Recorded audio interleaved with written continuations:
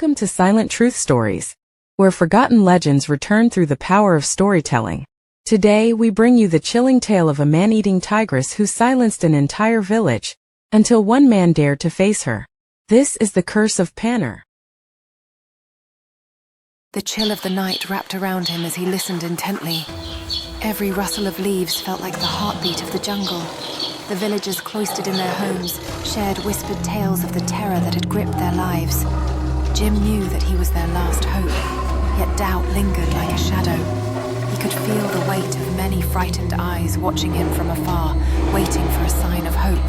In 1929, the village of Panar fell silent. 27 people were killed, not at night, but in broad daylight. Children vanished. A priest was mauled inside the temple. No one left their homes. When Jim Corbett arrived, the villagers stayed hidden. Their eyes told the story. They were trapped by fear. In the forest, he found claw marks high on trees and pug marks circling the village like a warning. That night, under a lone peepal tree, he waited. The jungle made no sound. She didn't roar or appear, but he felt her presence, watching, waiting. This hunt had just begun. 3 days later, the silence broke. A boy went to fetch water. Minutes later, screams filled the air. His body was found near the forest, torn apart. The tigress had struck again, bold, fast, and in daylight. Panic spread like fire. Families packed to flee. Corbett examined the ground. No chase, no mess. Just one clean, brutal kill. This was not for hunger, it was control. That night, Corbett sat awake with his rifle staring into the dark tree line. The tigress wasn't hiding, she was watching, and she had no plans to stop. The night stretched endlessly, filled with the sound of rustling leaves and the occasional distant animal call. Each noise heightened Corbett's senses, reminding him that the tigress was out there stalking. He replayed the boy's last moments in his mind, haunted by the screams that pierced the stillness. How had it come to this? He knew the creature was not merely hunting for food. She was asserting dominance in her territory. A single gunshot might not be enough to quell her reign of terror. As dawn approached, Corbett gathered his gear, determined to face the tigress and bring an end to her chaos. Corbett set his first trap near the river. Fresh kill as bait rifle ready, silence all around. Hours passed. Then came the sound. One soft step, then another. But it wasn't the tigress. It was a jackal. The jungle was playing tricks. At dawn, Corbett found the bait untouched, the ground clean. She had watched from a distance and walked away. That evening, a new kill was reported on the far side of the village. She had outsmarted him. Again. Corbett realized this was no ordinary hunt. The tigress wasn't avoiding danger. She was studying it. And every failed trap made her more dangerous. The sun dipped below the horizon, casting long shadows across the jungle floor as Corbett paced restlessly beside his makeshift campfire, the flickering flames illuminating his troubled face. A haunting image of the tigress, stalking gracefully through the underbrush, her powerful muscles coiled and eyes glinting in the dim light, exuding an air of cunning intelligence. At dusk, Corbett followed fresh pug marks into a ravine. The air was heavy, every sound sharp. Suddenly he froze. Just 30 feet ahead in the fading light, two glowing eyes stared back. The tigress stood still, not crouching, not afraid. They watched each other in silence. His finger rested on the trigger, but she didn't charge. She turned and vanished into the trees.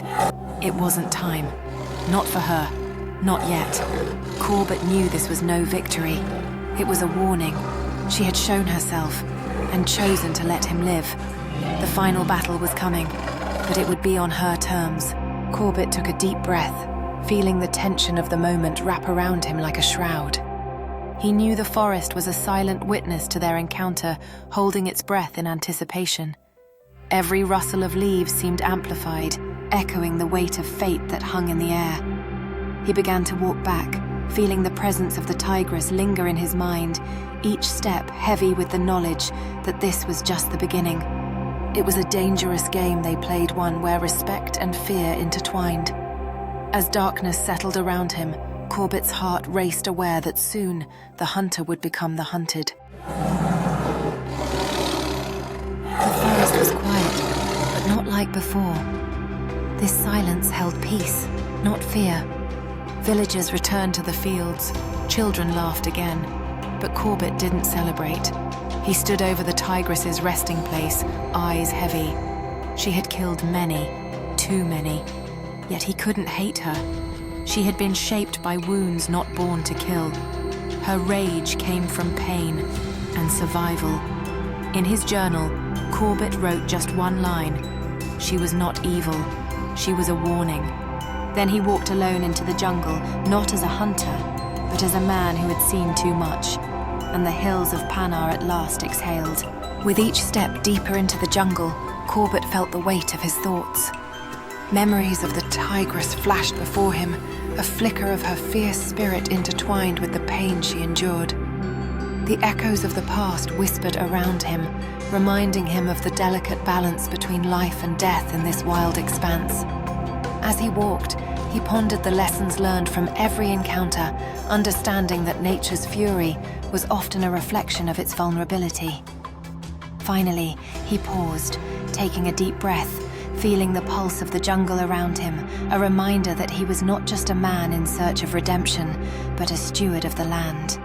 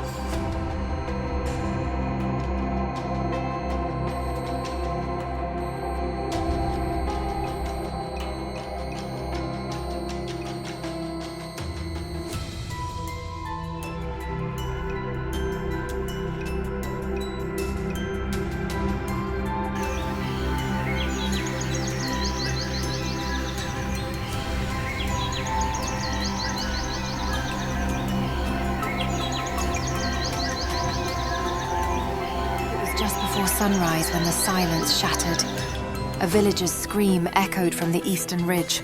Corbett rushed uphill, rifle steady, heart racing. In the clearing, he saw her, standing over a fallen man, her eyes locked on him. No time to think. One shot rang out.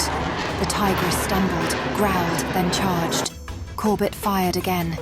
She dropped just feet away, her breath heavy, but not like before. Fading. The jungle held peace. Not after weeks of fear, villagers returned to the fields. But victory didn't feel like triumph. But Corbett didn't celebrate. Lifeless eyes, he stood over the tigress's resting place, eyes heavy. A hunter she had killed many, and a life taken. Corbett felt the weight of the moment pressing down on him, the jungle around him awakening to the morning light. Her rage came from pain. Each rustle of leaves carried memories of fear and survival, reminding him of the villagers who had lived in terror. She was not evil.